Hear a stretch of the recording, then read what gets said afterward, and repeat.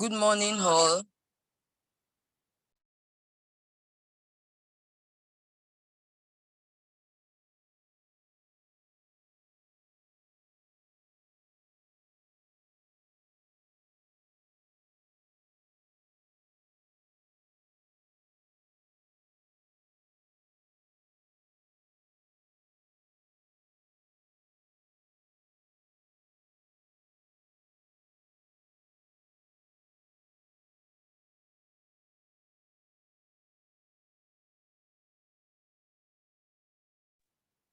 Good morning once again. We are having logistical issues. We have a good number. We are starting right away. Can you kindly please go to the chat room and introduce yourself? Thank you.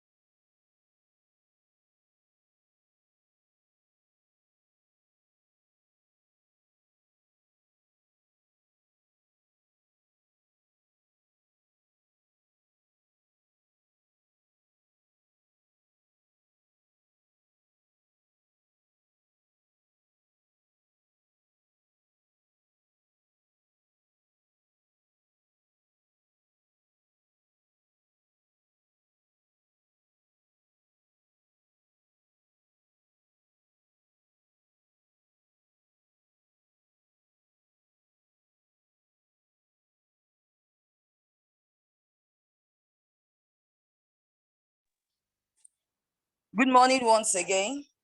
First on our agenda is to let you know about the coalition,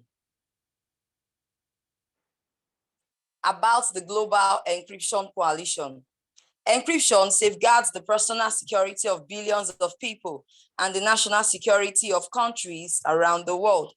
However, some governments and organizations are pushing to weaken encryption, which would create a dangerous precedent that compromises the security of billions of people around the world. Actions in one country that undermine encryption threaten all of us. With over 300 members distributed across every region of the world, Global Encryption Coalition promotes and defends encryption in key countries and multilateral fora where it is under threat. It also supports efforts by companies to offer encrypted services to their users. The GEC Steering Committee, Center for Democracy and Technology, Global Partners Digital, and Internet Society, members and friends of the coalition support the GEC's founding statement, which is encryption is a critical technology that helps keep people, their information, and communications private and secure. However, some governments and organizations are pushing to weaken encryption, which would create a dangerous precedent that compromises the security of billions of people around the world. Actions in one country that undermine encryption threaten us all. As a global coalition, we call on government and the private sector to reject efforts to undermine encryption and pursue policies that enhance, strengthen, and promote use of strong encryption to protect people everywhere. We also support and encourage the efforts of companies to protect their customers by deploying strong encryption on their services and on their platforms. Thank you.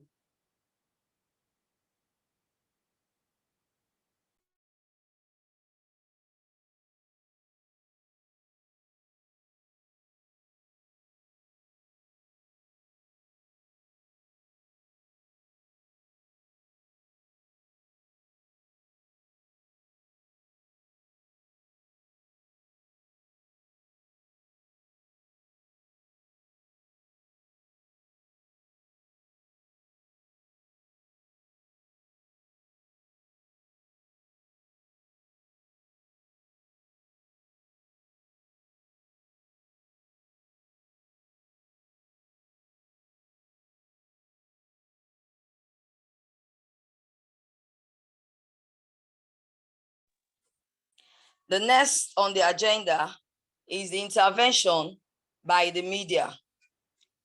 I'll call on a journalist and a professional, the moderator for today, in person of Mr. Kehinde Adegboyega, is the team lead of Human Rights Journalists Network Nigeria, a community of human rights journalists and activists that collaborates to advocate on human rights issues in Nigeria. He is a fellow of the Nigerian School on Internet Governance, West African School on Internet Governance and Digital Rights in Africa, Center for Human Rights, University of Pretoria. Mr. Kehinde, you're welcome, sir. Good morning. Thank you for having me. Although I'm not so sure what you want me to do now, I was informed I'll be moderating with the major speaker. So, but you can tell me what I have to do now that I can go on.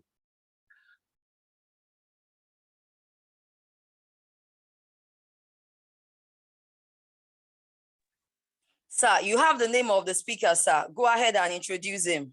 Thank you.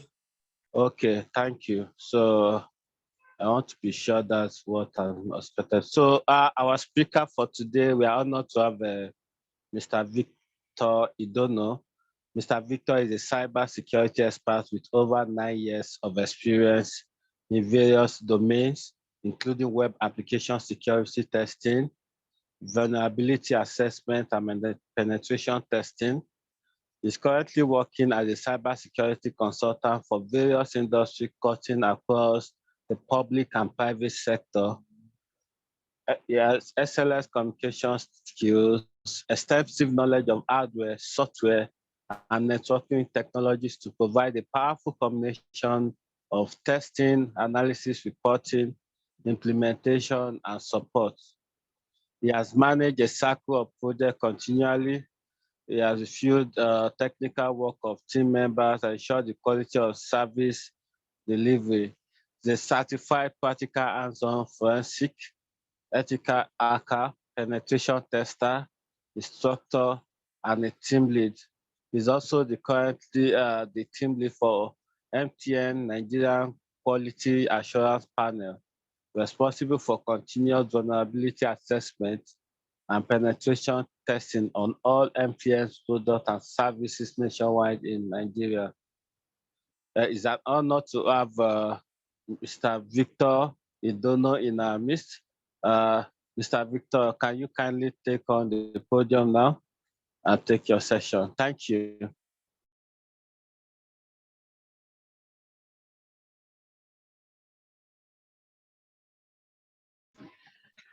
Thank you very much. Good morning, everyone. Good morning.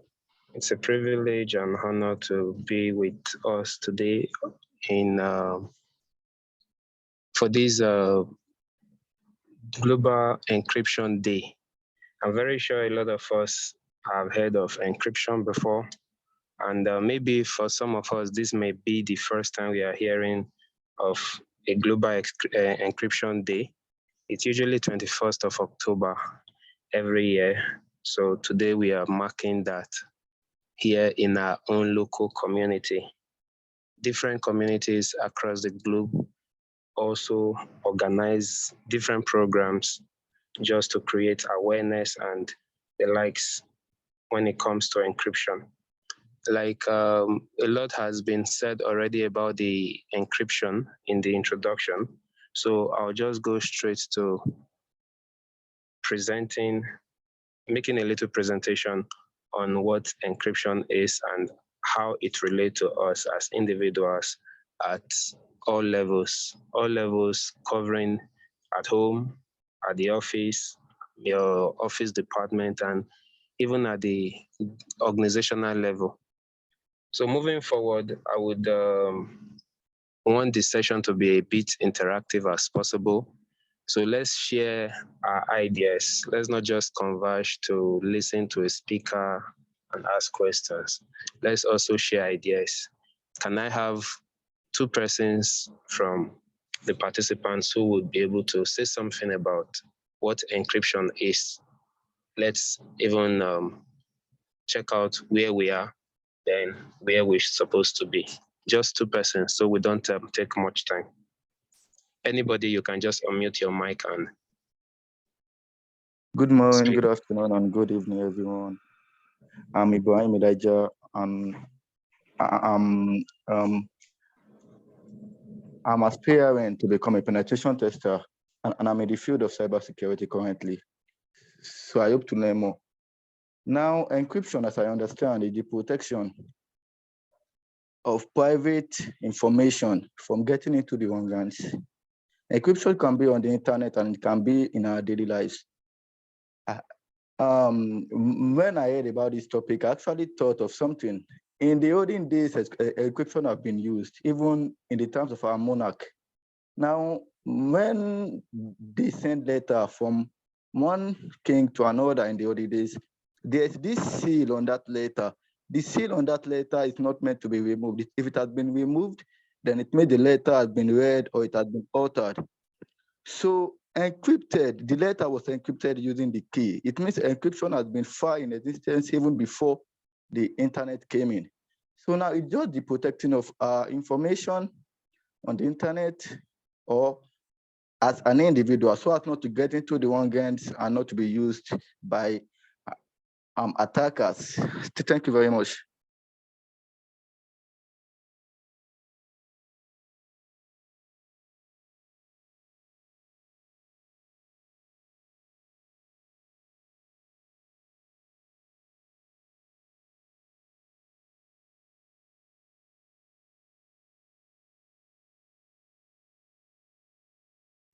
Yes, is Mr. Victor still on?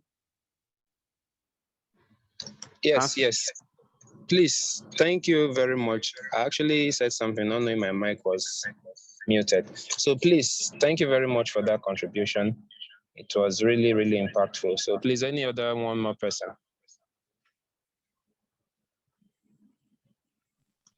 Host, please kindly grant me sharing access. Hello. I see some.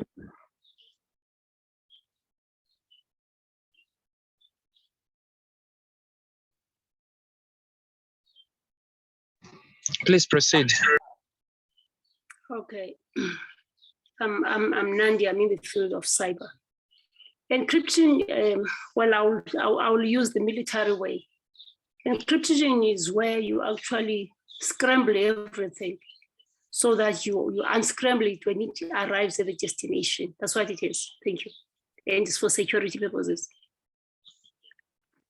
All right, thank you very much. Okay, so I'll be proceeding with the slide now.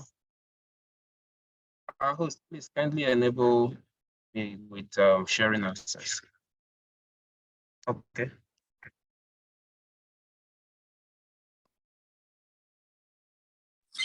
Mr. Victor, you can share, sir.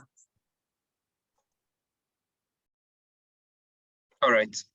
Can we all see my screen? Yes, sir. Yes, sir. So today we'll be talking about toolkits and intervention by the media when it comes to encryption. My name is Victor Idono, as already explained earlier. Thanks for those that have made contributions in one way or the other. So first, what is data privacy? In the world today, there are a lot of devices, a lot of internet users, all connected, and we are communicating with ourselves in real time from different regions of the world, different regions, different time zones, yet we can communicate effectively.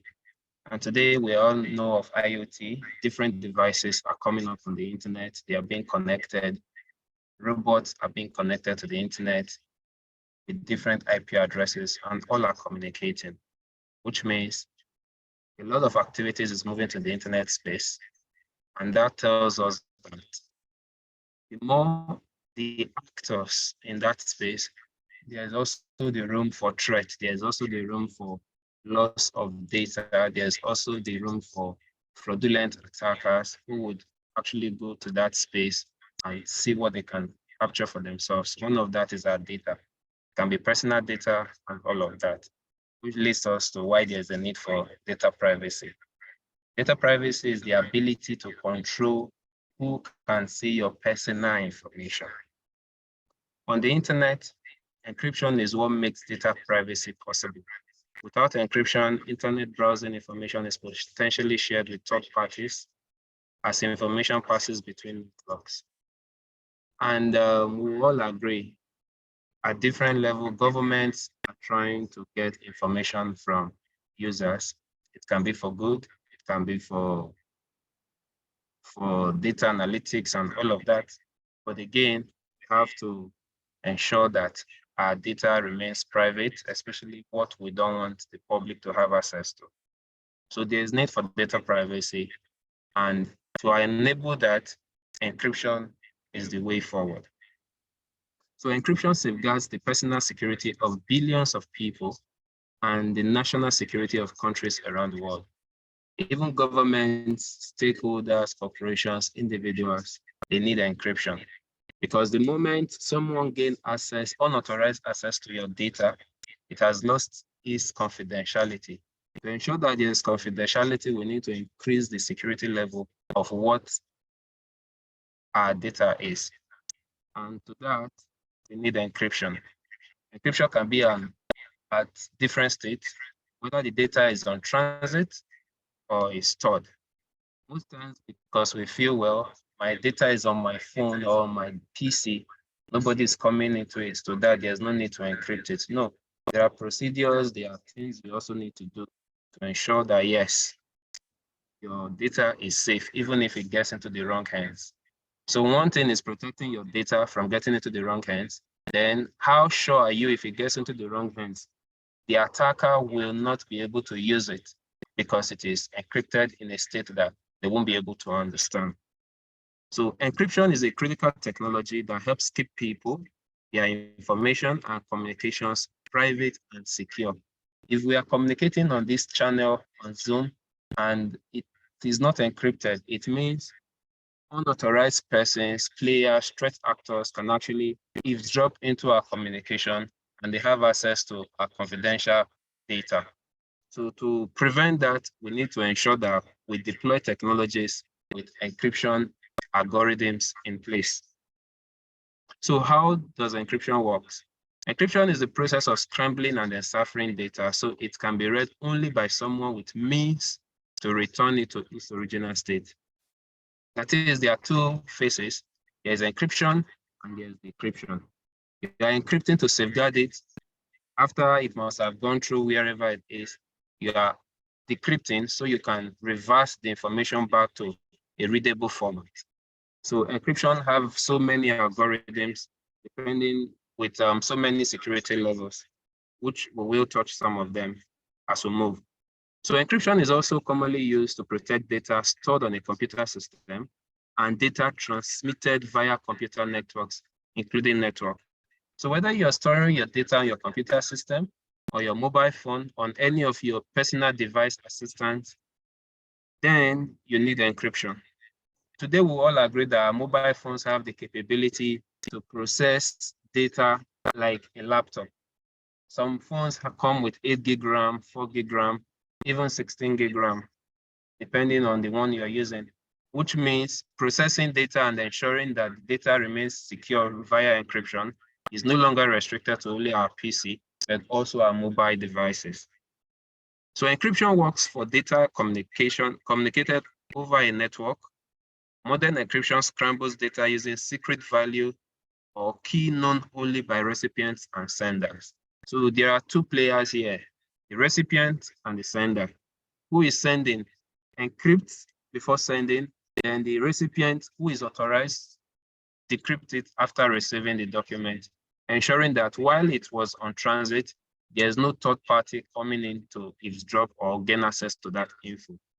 So end-to-end encryption is any form of encryption in which only the sender and the intended recipient can read the message, meaning there is a need for an end-to-end encryption. Encrypting, we don't stop at just encrypting. There must be a need for end-to-end, meaning encryption exists between the sender and the user.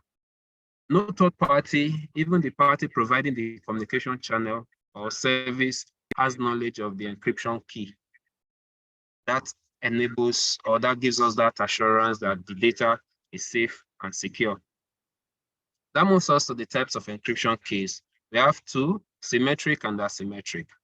In symmetric key cryptography, the same encryption key is used for both encrypting and decrypting data, meaning for the sender and the receiver, they both meet at a point and they share their key. Anytime I encrypt data as the sender, you can only decrypt it with this key we have. So I encrypt the data and I send to the recipient. He or she at his end receives the data and decrypt with the decryption key. In the case of asymmetric, there are two keys, the public key and the private key. One is used for encrypting, while the other is used for decrypting. Most times, the public key is given publicly to anybody that wants to send a message to a particular recipient. He or she encrypts the message, and it's only the recipient that can decrypt that message. So if Mr. A wants to send a message to Z, B cannot decrypt because B only have access to the public key and not the private key. The private key resides only with Mr. Z, and he can decrypt whichever message encrypted by Mr. A using the public key provided. So why does encryption matter? For personal security, encryption is more important than ever as internet-based crime is rising. Today, it is one of the fastest growing security threats. And of course, it's not just internet-based crime. A lot of organizations are now using our personal data. Organizations, including governments, they're using our personal data to try in an attempt to manipulate our way of living, our lifestyle, etc. So whatever it is, personal security is one of the goals for encryption. Next is national security. End-to-end encryption helps prevent spies, terrorists, and hostile governments from accessing and exploiting confidential communications of government officials. Individual, same way as is beneficial for national security, is also beneficial for personal security. We should be able to restrict what the government have access to relating to our private life. And in a way, in as much as it is legal, we shouldn't have issues disclosing what is necessary, but definitely not what is personal. So it also matters because it increases data security. Whether the data is at rest or is on transit, it is important. So why is encryption essential? Encryption is essential because one, it keeps us safe. Increasing the use of end-to-end encrypted platforms not only keep you and the people you love safe from threat actors, but it also ensures the safety of your own data. So encryption keeps us safe, keeps our data safe. Next, it protects our privacy. Privacy is important. As the global community is expanding, digital inclusion is increasing, there is need for privacy. You may not know when your personal data will be publicly available or published through data breach, etc. So whatever the case may be, there is need for us to ensure that our privacy is kept intact, and encryption helps us to achieve that. Then it matters to all of us. Global Encryption Day is an opportunity for businesses, civil society organizations, technologists, and millions of internet users across the globe. It is important for every one of us. Just like we say, security is our shared, cybersecurity is our shared responsibility. So also encryption is also our right. It matters to us in all possible forms. Let's remember the security elements covering the people, the process, and technology. If your technology is in place, which is the encryption, the process is intact, you as an individual, you have a role to play where we fall into the category of the people. So whichever role we want to play, people here plays an important role. Even if you've encrypted your data and you as an individual, you are not careful with your encryption keys and you made it public either by unknowingly posting it somewhere or sharing it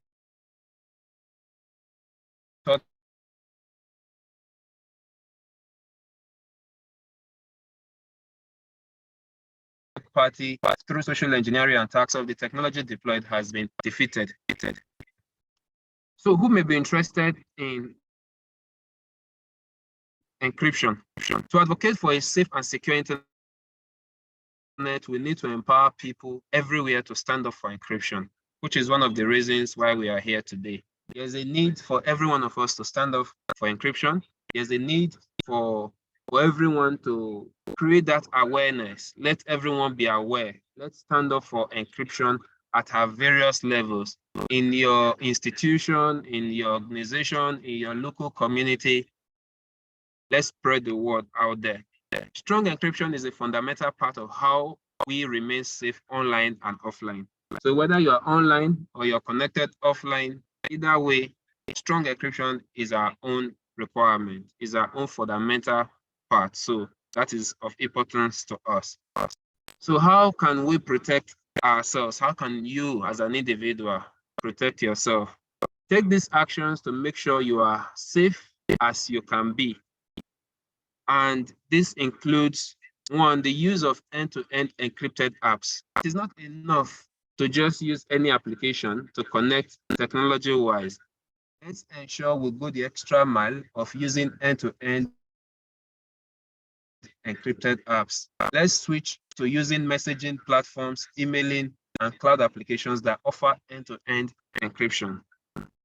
Let's turn on encryption on our devices or services. As much as possible at all times, every service we are using on the internet or any device we are using to connect to the internet, let's ensure that we have encryption enabled across board. Next is let's ensure we are using strong passwords. If your password is weak and someone gains access to your password, your encryption mechanism you've deployed becomes void. So no matter what, at all times, let's ensure that we are using strong passwords. Strong passwords have specific characteristics, such as length of minimum of 8 characters. It should contain uppercase and lowercase. It should be alphanumeric, and it should contain special characters. And of course, we shouldn't share our password with anyone. So next is, let's ensure that we keep up with updates.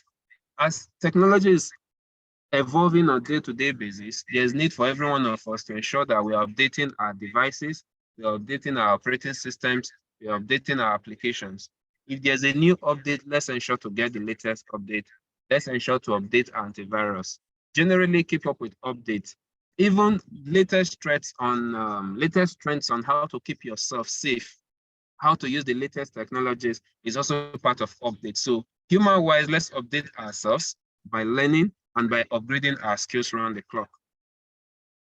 Let's ensure that we turn on two-factor authentication at all times. If possible, multi-factor, by using what we are, maybe our biometrics, what we have, our token, or what we know, our PIN, which can be password, PIN, as the case may be.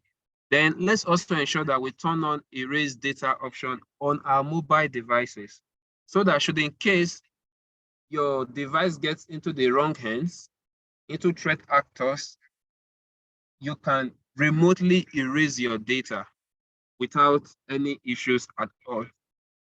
So what is our rule? Let's ensure at all times we stand up for encryption. Use encryption to protect yourself as an individual. Organize or take part in an event on Global Encryption Day, like we are having here today now. We are part of it, we are participating. So at all times, let's ensure that we organize or we take part in any Global Encryption Day. During every year, let's ensure that we partake or we organize a Global Encryption Day event where we carry out awareness, sensitization, and the need for every one of us to put encryption in practice. So let's ensure that we join the coalition organization, like was introduced to us during the opening and welcome remark. Then become a friend of the coalition, even individuals. So moving forward, let's ensure that we are studying, we're making further research as individuals by finding out what encryption is, modern encryption scrambles, etc. Let's ensure why the encryption is essential, which I listed some of them already. Then why is encryption under threat? We should understand that encryption today is under threat, and it is our right to stand up for encryption. Encrypting our data from unauthorized access by threat actors. Then how to protect ourselves. We should advocate for strong encryption, and we should learn more about encryption. So you, as an individual, you have a role to play to ensure that your data is safe, your data is secure. Do your part by being cyber smart. Remember, cybersecurity starts with you, and it is everyone's responsibility. There are currently an estimated 5.2 billion internet users globally, of which 63% of the world population is on the internet. So for the fact that this huge number is on the internet, it means you have to ensure your data privacy, and you have to enable that using what? Encryption. So permit me to round up with, as technology continues to evolve, it also brings the ever greater threats. By the very nature of the opportunities it presents, it becomes a focal point for cybercrime, industrial espionage, and cyber attacks. Which means whatever we do at all times, we should be mindful of what we post online. Our personal data, if we want it to remain personal, then we shouldn't post it online, because what gets to the internet never leaves the internet. So be mindful of what you post online. And next, keep your softwares up to date, which I made mention of earlier. Let's ensure that we keep our softwares up to date. Then let's use two-factor authentication always on our devices, on our accounts, online, offline. Let's ensure that we are always using two-factor authentication. Don't visit unsecure links. If you're visiting URLs, you want to transmit data, you want to send a file, ensure that you are communicating through secure channels. Sites with SSL installed, so that you don't transmit or communicate or send data through unsecure channels. So don't visit unsecure links. Next is trusted, use only trusted devices. We made mention of we ensuring that all our data on our devices are encrypted. So let's also ensure that we are using only trusted devices. You can't carry your data to an unsecured device, untrusted device, and you want to transmit data or your personal info on such platform. Next is let's ensure we use spam filter around the clock so we don't get spammed. Then again, thank you very much. If you have any question, please feel free, ask questions. If you have any further engagement you would want me to explain, or you need further clarifications on, feel free and reach out. So Mr. Elijah, please unmute your mic and ask your question. Thank you. Yeah, thank you very much, sir, for this enlightenment. My question goes to those, if we are encrypted, you know, encryption can be made to secure our private information what if we are attacked using a ransomware and we are actually encrypted? Is there a way we can decrypt it without the attacker sending the key to us? Now, usually when you handle encryption, it's necessary that most times an attacker attacking you with ransomware, they are demanding for money. They are demanding for ransom. So it's best that you always advise, don't send any financial money or whatever their request is. Don't respond to it. If you have a backup, good and fine. You can go and restore from backup. Then if at all it has been encrypted, which in most cases, it always is because it is encrypted, that's why they are requesting for a ransom. You can attempt to decrypt, but there are really no 100% assurances to successfully decrypting, because most times you may not be aware of the algorithm used, or you may not have the decryption keys, which they use in encrypting. So for that, 100% recovering your data is not ascertained, is not sure. So preferably always ensure that you also have backup, so that if one platform is encrypted or by ransomware, you can still find your way around it. All right, sir. Thank you very much, sir. And sir, You're welcome. when explaining earlier, you mentioned a symmetric and asymmetric key. So now the other question I have is, what's the difference between public key and private key in encryption? Because I don't really understand that aspect. Okay, in asymmetric, there are two keys. In symmetric, there's just one key. You use one key to encrypt in symmetric, and you use that same key to decrypt, meaning if the two of us wants to share a file using secure channel, we will first of all meet at a point and share the encryption key. So anytime I want to send you a document, I simply encrypt it. You receiving the encrypted document, you can decrypt it with your key because it's the same key we've shared. Asymmetric deals with public and a private key, meaning if I want to share a document with you, you have your private key, I have a public key. So I will use the public key to encrypt the data before sending to you. And it is only you that can decrypt that file I have encrypted using the public key. You will now use your private key to decrypt it. Without your private key, even me myself, after encrypting, I cannot decrypt it because I'm only having access to the public key. So it is you alone that have the private key that can decrypt that data. Is it clear, sir? Yes, sir. Thank you very much, sir. I understand perfectly now, sir. You're welcome. Please, any other question? Yes, Madam Gloria, please.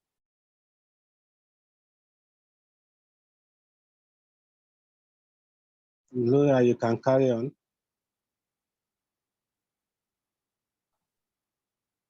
Gloria. Okay, I think we have a question in the chat room, the chat box already. How do people become members of the Global Encryption Coalition and organizations? And how do we continually educate communities on this? Can you take that, sir? Good morning, everyone. Okay. The question will be answered by our coordinator. So that's, I'll leave that out for our coordinator to respond to. Okay, Gloria, you can go on. Please, Okay, but a bit louder so that we can hear you. Good morning, everyone. My name is Oladipupo Gloria Luanishola. During my research about encryption, I noticed, I saw some rules that I needed to ask some questions. I saw encryption secure digital data using one or more mathematical techniques, known as cryptography. That more mathematical techniques known as cryptography, I don't understand.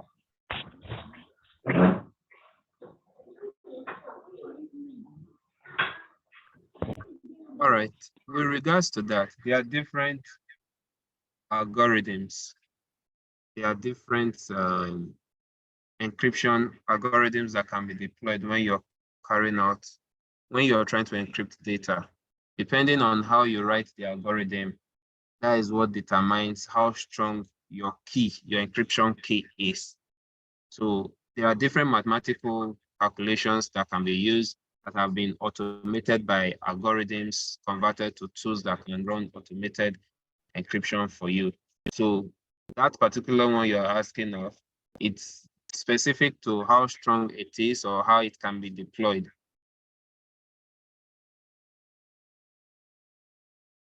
You understand?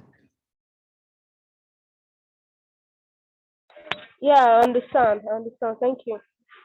You're welcome. I think Sheyi is raising his hand. Sheyi, you can have the floor. Sheyi, are you there? Yeah, yes, I am. Yeah, good morning, everyone, and thank you for the run through on encryption. Very, very enlightening. So I want to ask, you made mention of how we can encrypt on our device. So the first question is, how can we encrypt with our device?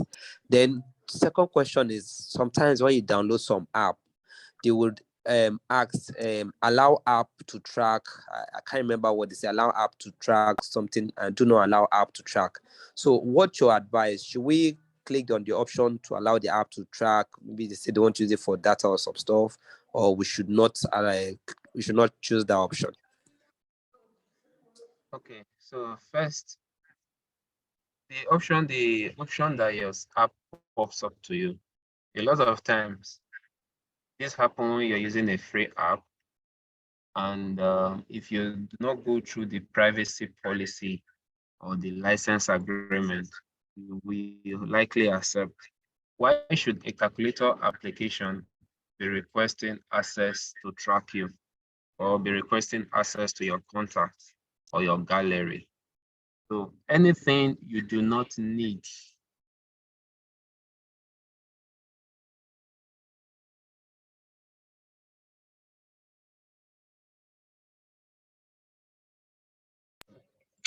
do we understand? Anything we do not need, there's no point granting it access. So in most cases, once you do not need it, no matter what is requesting for, don't authorize it. Preferably, you ignore it or you close it or you reject it. There are some sites you will visit, they would even they are requesting to track you through cookies and all of that.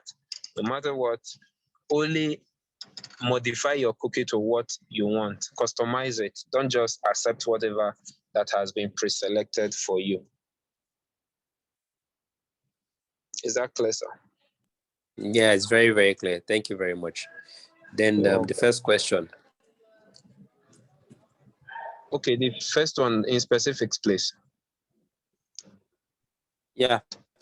How to encrypt on your device? Okay, yes, encrypting on your mobile devices. There are different encryption algorithms, right?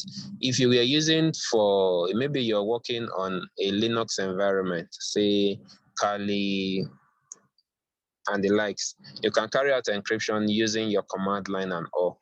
Though you can also download encryption tools. You can download, there are encryption tools for mobile applications that you can use. Then if you're communicating to maybe possibly on your mobile phone, also ensure you have something like a VPN active. That will also give you another level of security to your communication channels. All right, thank you very much, sir. You're welcome, sir. Thank you so much. It's been very exciting. And I don't know if anybody still has questions, but I have this question to you, sir. So we understand that even as everybody's trying to script, and I think you acknowledge in your presentation that government is also trying to interfere in encryption.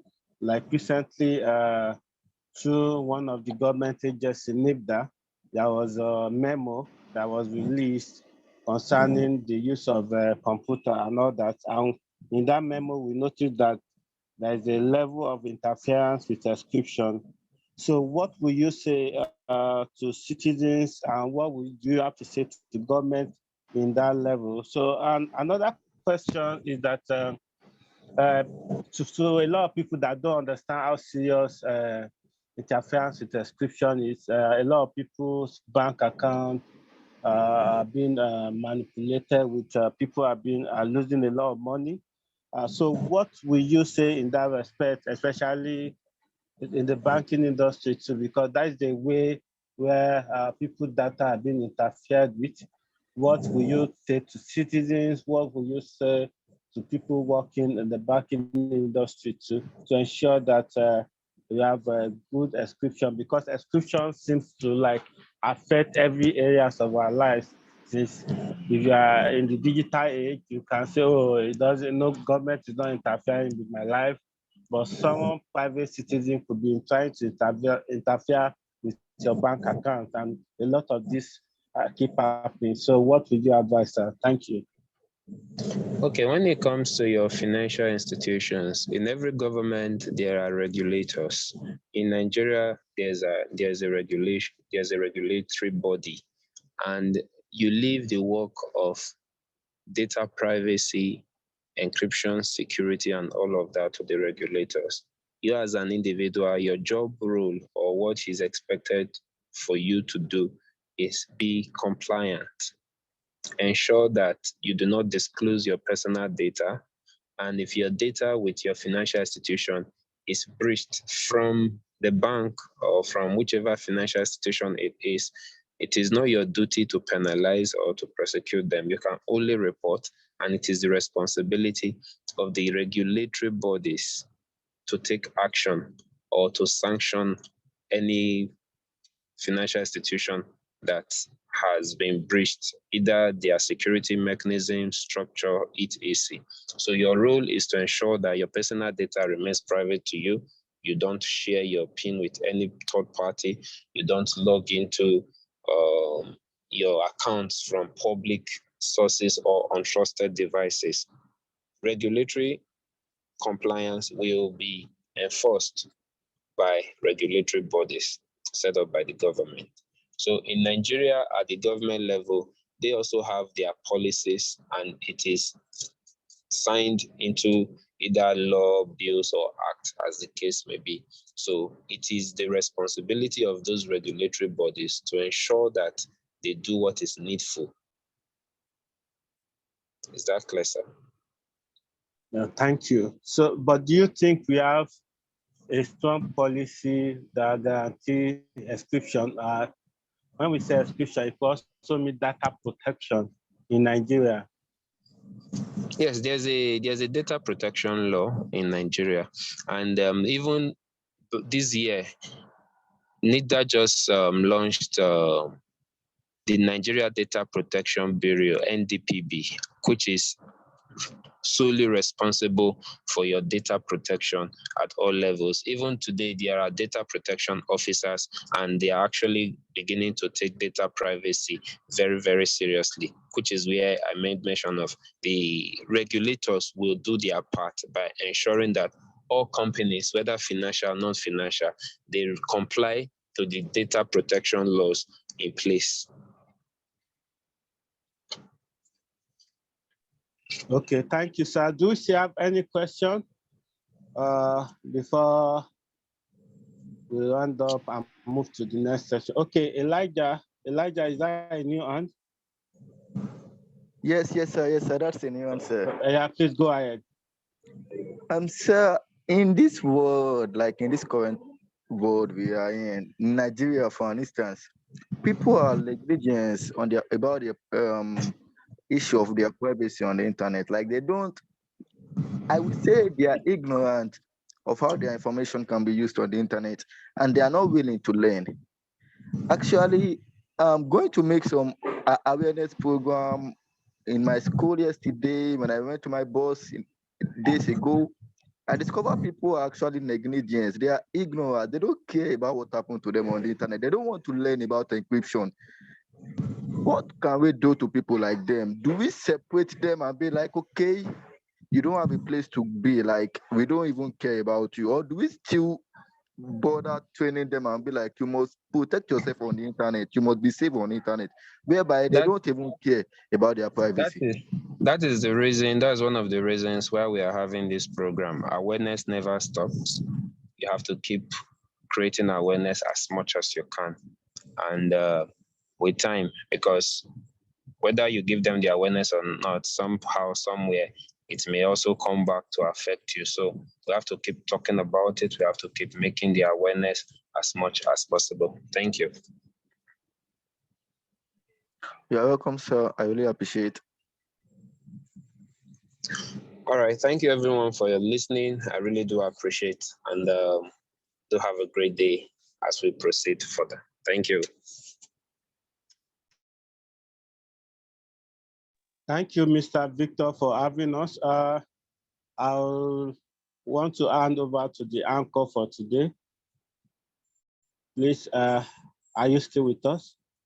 So that we can go on with the rest of today's program.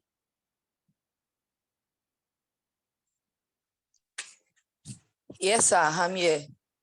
Good morning and welcome. Thanks to Mr. Victor.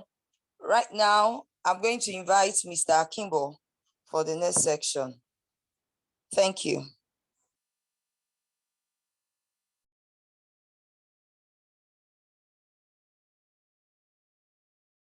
Okay, I hope you can all hear me.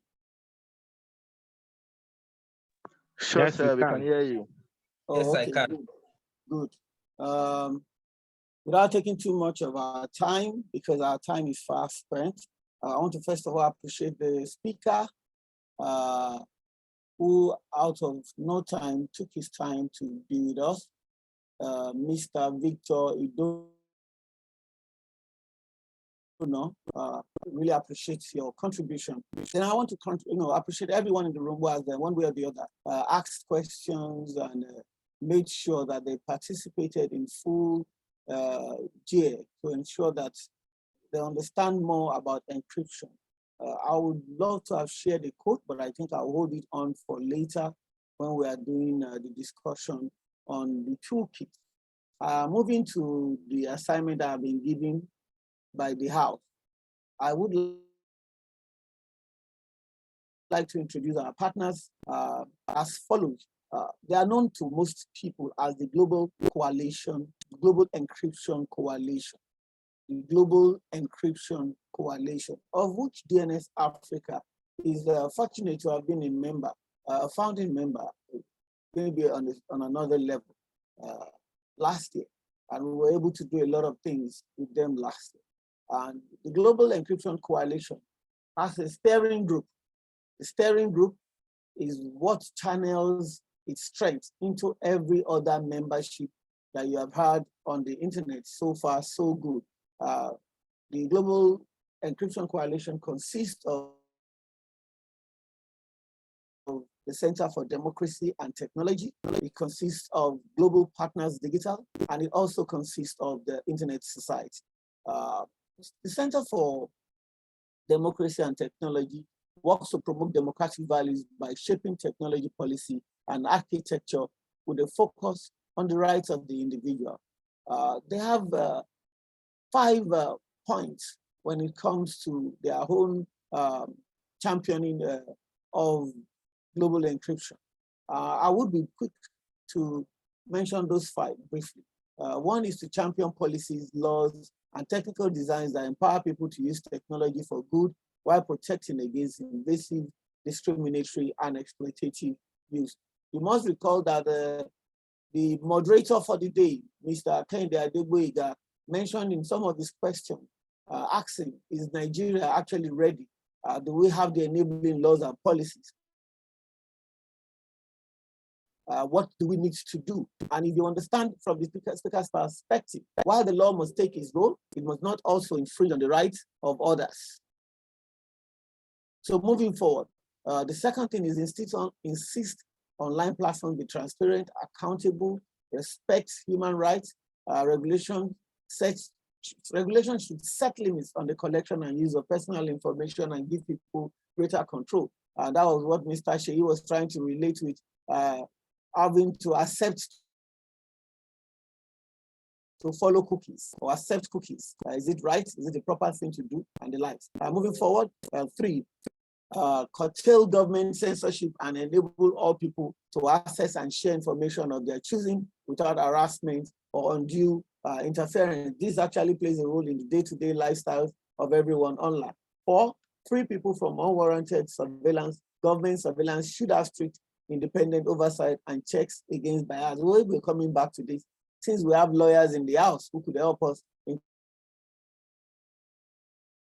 contributing towards that discussion. And 5, reflect and support the global nature of the internet in our work. These are very 5 cogent points why people like us have decided to be members of the Global Coalition Encryption. Moving forward, Global Partners Digital, which is the second partner in the Global Encryption Coalition, is a social purpose company working to enable a digital environment underpinned by human rights. They do this by making policy spaces and process more open, inclusive, and transparent, and by supporting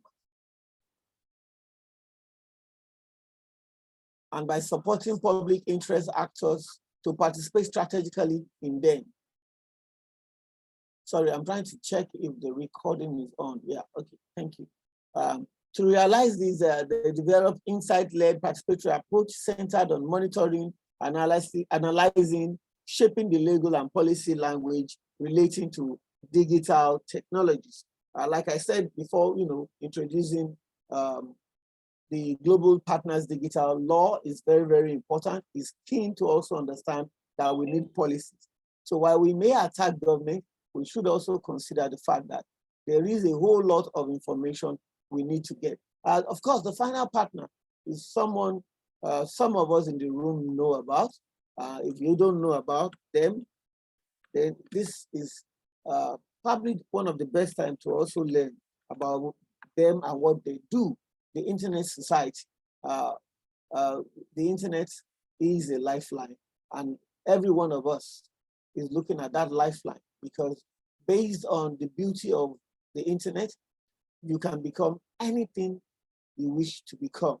At the Internet Society, it's a non-governmental advocacy organization founded in 1992 with local chapters around the world. Its mission is to promote the open development, evolution, and use of the Internet for the benefit of all people throughout the world. Yours truly, Adebunmi Adeola Akimbo, is fortunate to be a member of the Chapter Advisory Council Steering Committee. And I am the Vice Chairman and Acting Chairman as we speak. So it is an opportunity to introduce to you this 3 sets of organizations. You would realize that one is a company, 2 are non-governmental advocacy groups, and they have decided to ensure that encryption is an everyday affair. The 2 other partners that we have in the room is the Community Networks Africa that speaks to community networks, especially in Africa, trying to learn, teach, train, and also support across the Sahara. And finally, Success Bridge, which is hosting us today, is an innovative center that allows collaboration and partnership. On that note, I would want to hand over back to go to the next agenda. Thank you for giving me the time.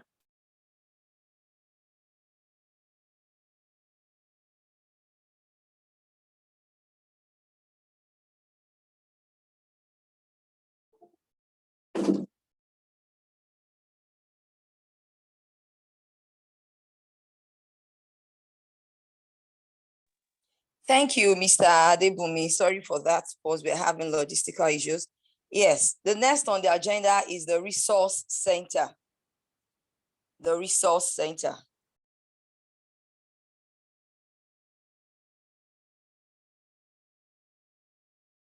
If you permit me, I think I'll take up the Resource Center because we actually have a lot to still do, and we want to appreciate everyone who is in the house, who has given us support. We have been going through a lot of, we have been doing a lot of research to ensure we get to where we are today. The toolkit is a developing material, and it is basically because the Resource Center has magnanimously been introduced by the DNS Africa as an organization to promote the aspect of you and I getting, as a media person, getting to understand what it takes to build a toolkit and what it takes to be safe online. Also, we'll be discussing furthermore how to empower government in the right direction. We cannot do without government. If government takes a wrong turn, it is our own job or our own assignment to make sure we turn them in the right direction. I stand with encryption any day. I stand with encryption. That being said, the Resource Center is a library that would allow for research and study, evaluation of activities, and invite experts to keep on developing different toolkits as it concerns Africa and as it concerns the domain name space. I want to join everyone here to please join us because our job and our assignment at the center is to inform, create an information to knowledge journey. Our existence to provide quality materials and resources to the digital community. In the words of my COO, I must quote Amon Mikuyo, that says, we believe that setting up the Resource Center is a step in the right direction. We need more dedicated and focused hands on materials to enlighten, educate, and empower the internet user. We must be able to develop, promote, and advocate for the freedom of the internet at all times. At this point, I will take us into the next thing on the agenda, which is the unveiling of the toolkit with questions. Mr. Moderator, may I go ahead?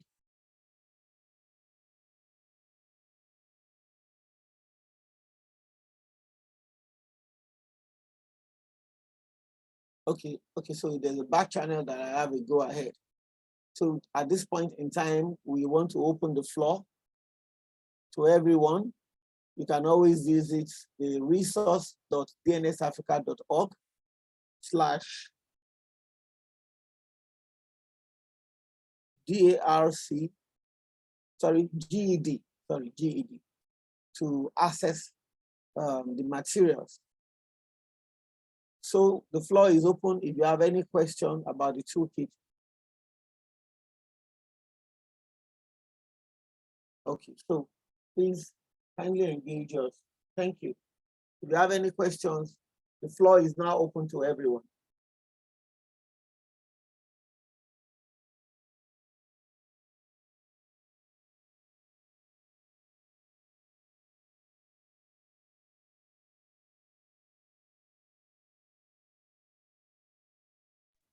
Can I request that you respond to the please made on the chat?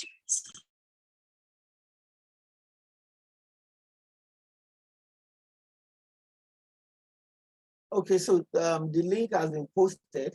Other links will be posted. Other links will be posted so that anyone who wishes to visit the site, respond to issues, and always do that. Thank you.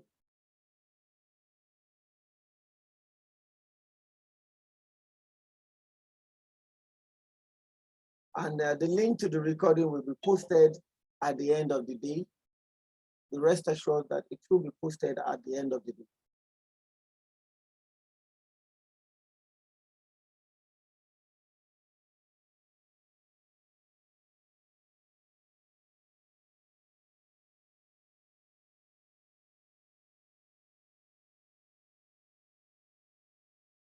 In the absence of any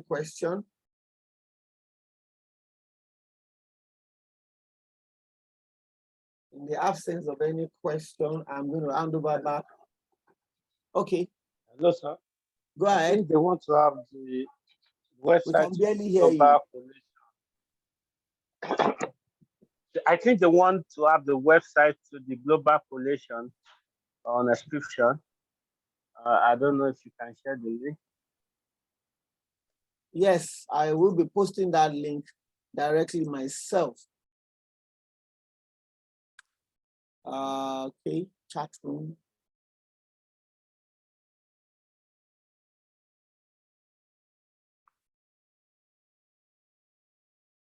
Just a minute, I'll be posting that from my end.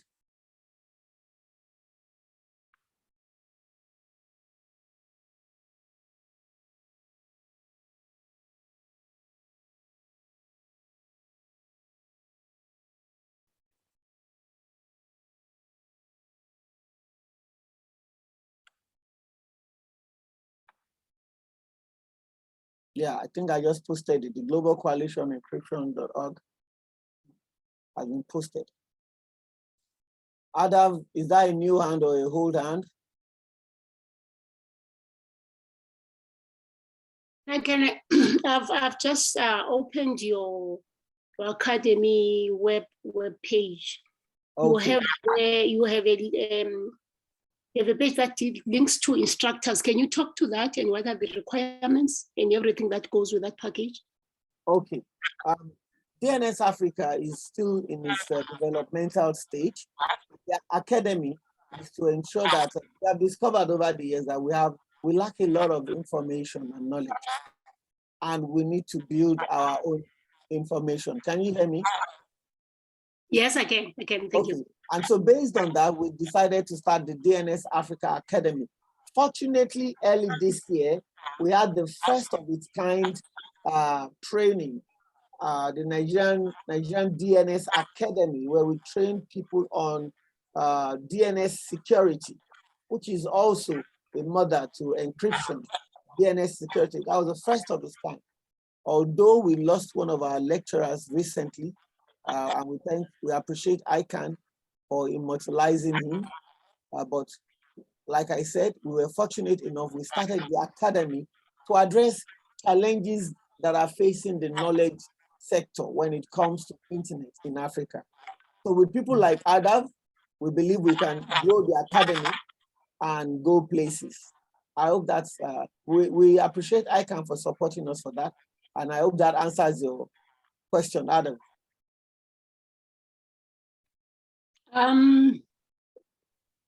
Not really. The question for me is that if one wants to be an instructor, what are the processes? Oh, okay. To be an instructor, you need to have a form of knowledge about whatever you want to instruct the people about. If possible, be an expert at what you claim you can teach.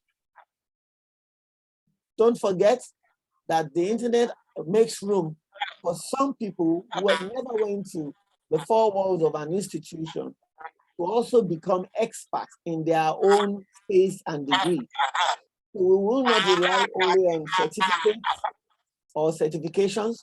We will rely more on your area of expertise as an individual to become an instructor for the DNS Africa Academy. Does that answer your question? Not completely, because when you're talking about being an instructor, I said the full package, what does it entail? And what is the compensation and how does it go? Okay. This is the full thing, because for your application. I appreciate the idea of compensation. We support the idea of compensation. At the moment, most of our staff are on pro bono at the moment. And we will continue to seek grants and support for the academy. Until that is done, it will be hard for me to state a compensation package. However, there will be some form of support for those who start the academy and an opportunity for when such packages that could address such issues is initiated. I believe this should cover your question. You said ICANN is supporting, didn't you say that? ICANN supported the Nigerian DNS Academy, which is a sub in a country under the DNS Africa Academy. Okay. Yeah, and they supported us not financially. They supported us by providing experts for us. All the facilitators were not paid. The payment must have been handled by ICANN.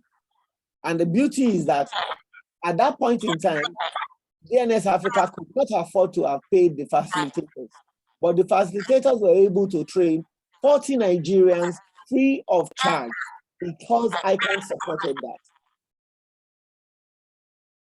So with people like you on our side, we may still get to that set. How about that?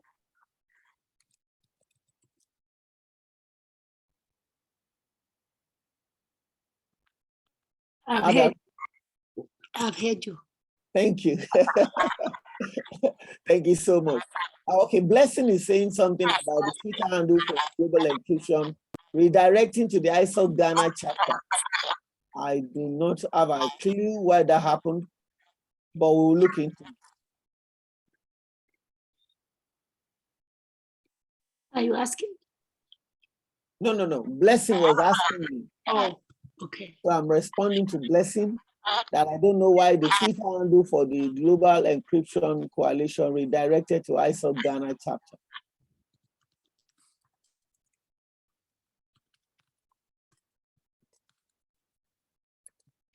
Okay.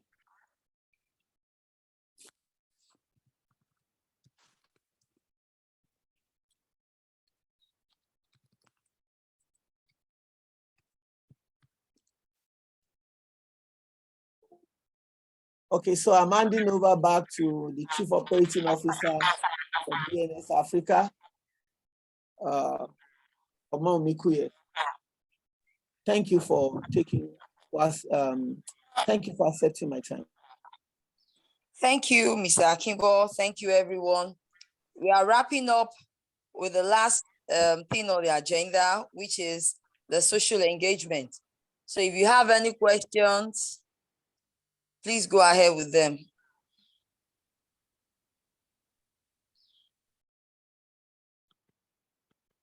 Would you want to speak more on the social engagement, please?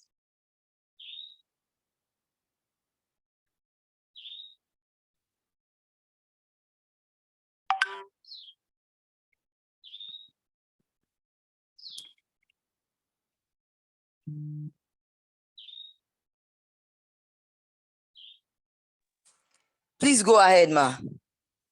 No. I want you to speak to it, the social engagement, so that one understands what it's about. Okay, thank you, Ma.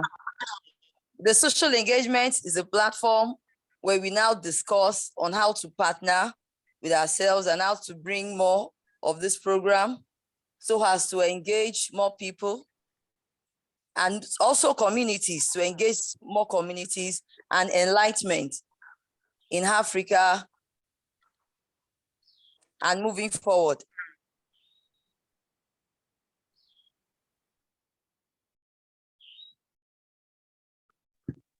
Is it a different platform? This social engagement we are talking about now is just for us to meet ourselves on how to partner with ourselves, on how to create more of this program to engage ourselves in the community and Africa at large. Oh, okay. So if you want to be a partner with us, now is the time to state it out for the records. Thank you.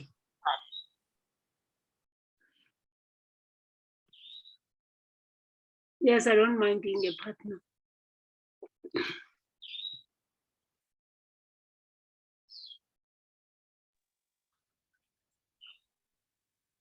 For as long as the terms are very clear and distinct. Okay, congratulations, Ma. You are just one of the partners now.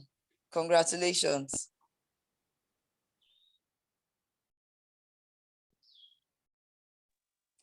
Any more from the participant before we close?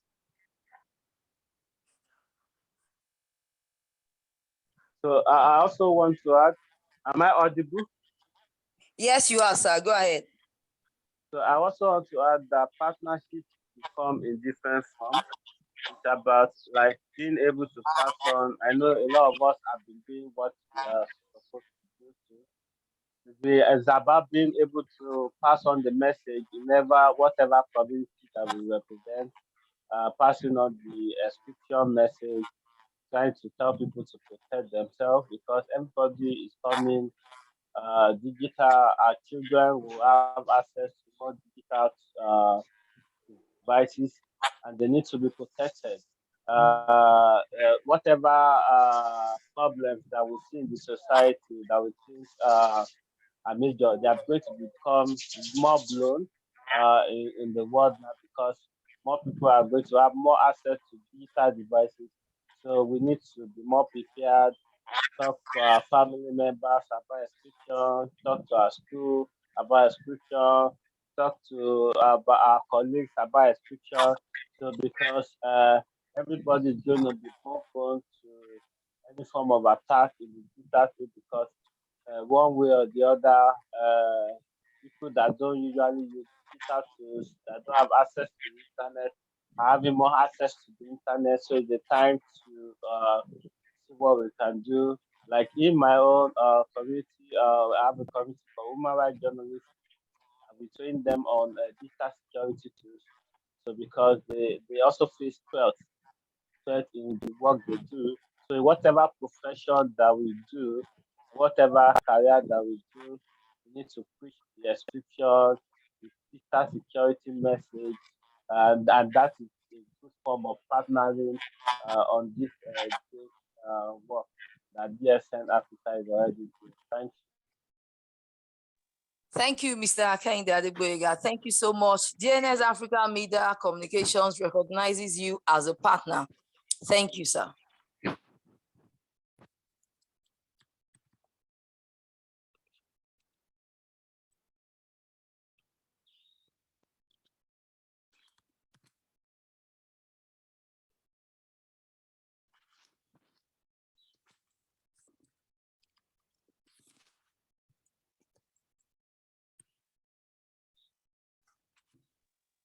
On that note, we'll be wrapping up.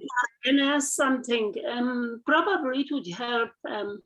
We quite appreciate the session. It's quite a critical session for our countries, even our education systems. But one would be very much happy, and we appreciate that you've welcomed us as partners.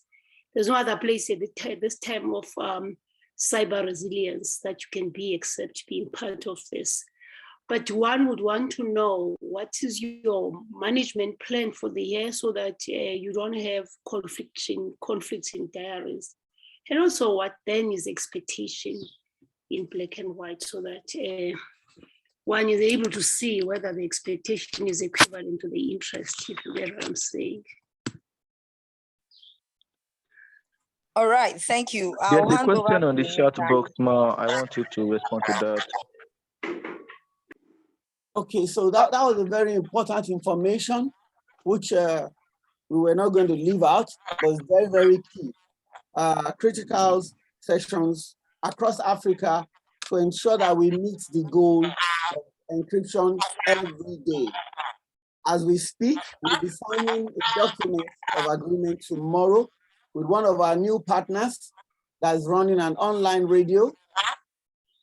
And the online radio is going to be a collaborative work between the two of us to promote DNS issues.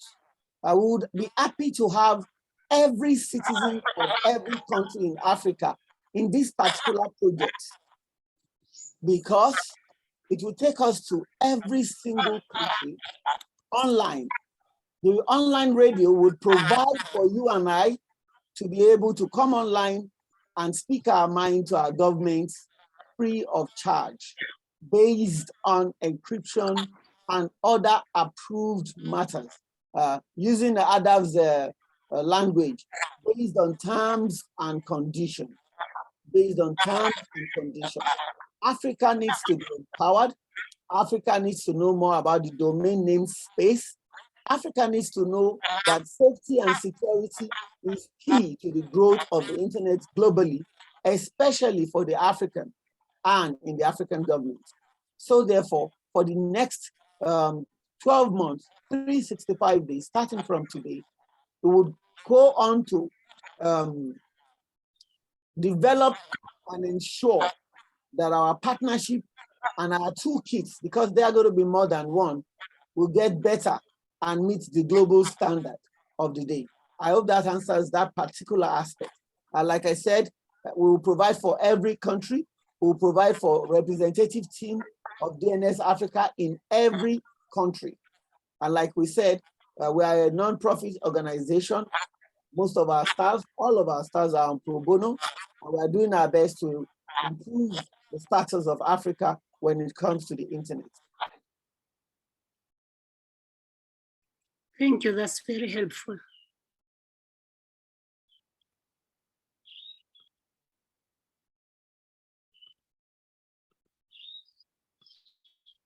Two days ago, I and my partner were on the road.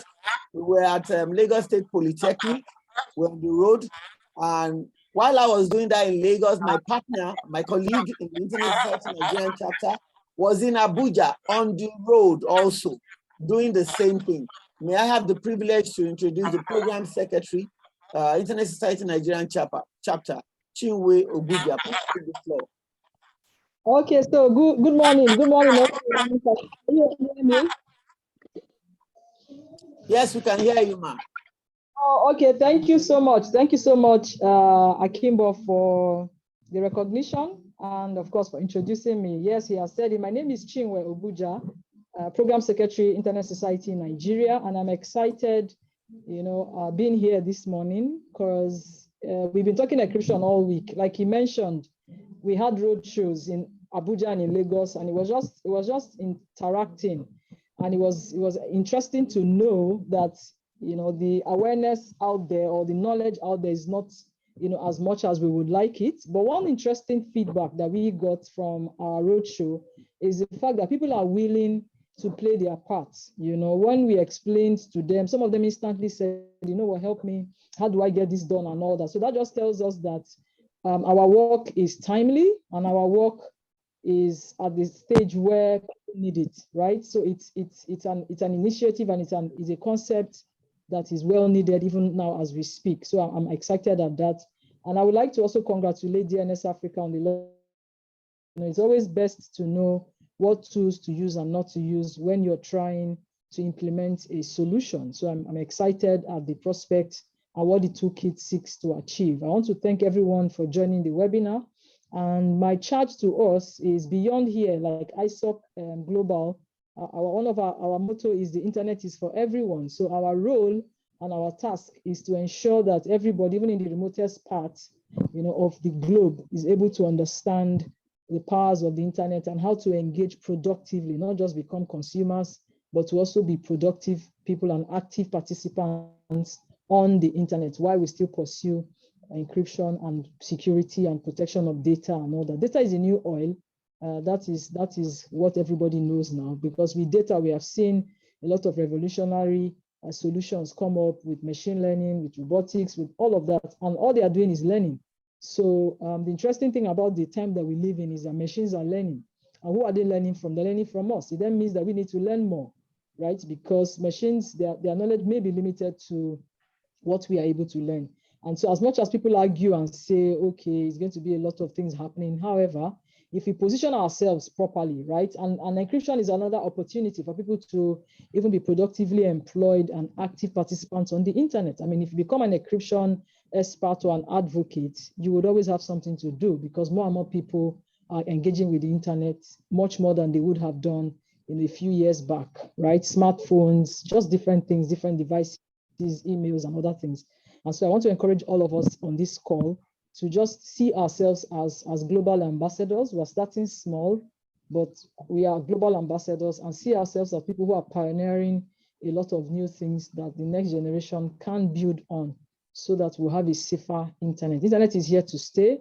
There's no gainsaying about that. And the earlier we engage and begin to look at it as a tool, as a veritable tool, to drive innovation, even in our times, the better for us. And so thank you so much. Thank you very much. Thank you, Akimbo. You and the team, you're doing a great job. Well done. More grace to your elbow, like I said. I thank God we are ISOC Nigeria chapter.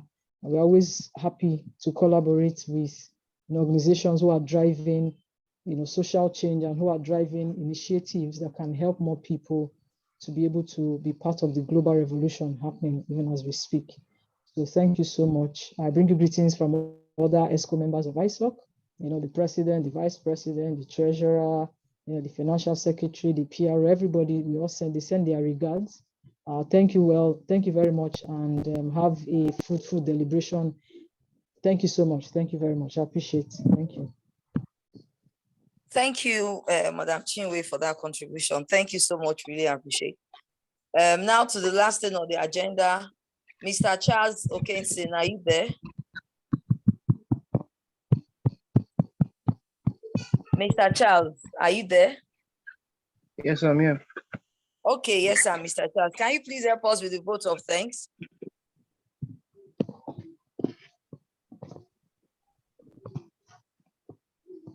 Yeah, all right. So,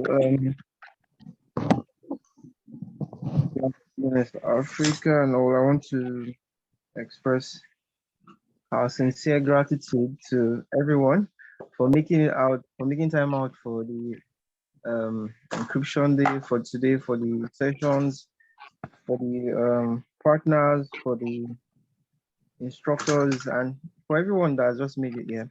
And I hope that as we go, as it's been discussed all along, that would not just go and like one of the great books, just be here as only, but also be part of the process of encryption, so that it becomes in a way that people know about encryption because we are in the society. People know about encryption because we are in the community. People know better about encryption because we are around.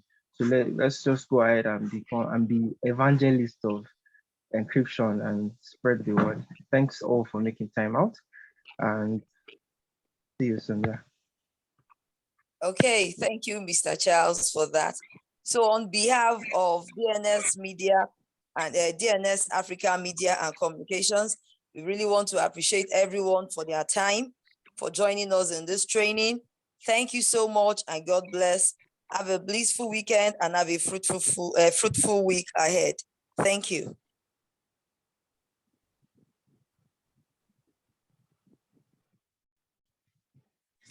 Thank you too. Right. Thank you all. Yeah, thank you. Thank you.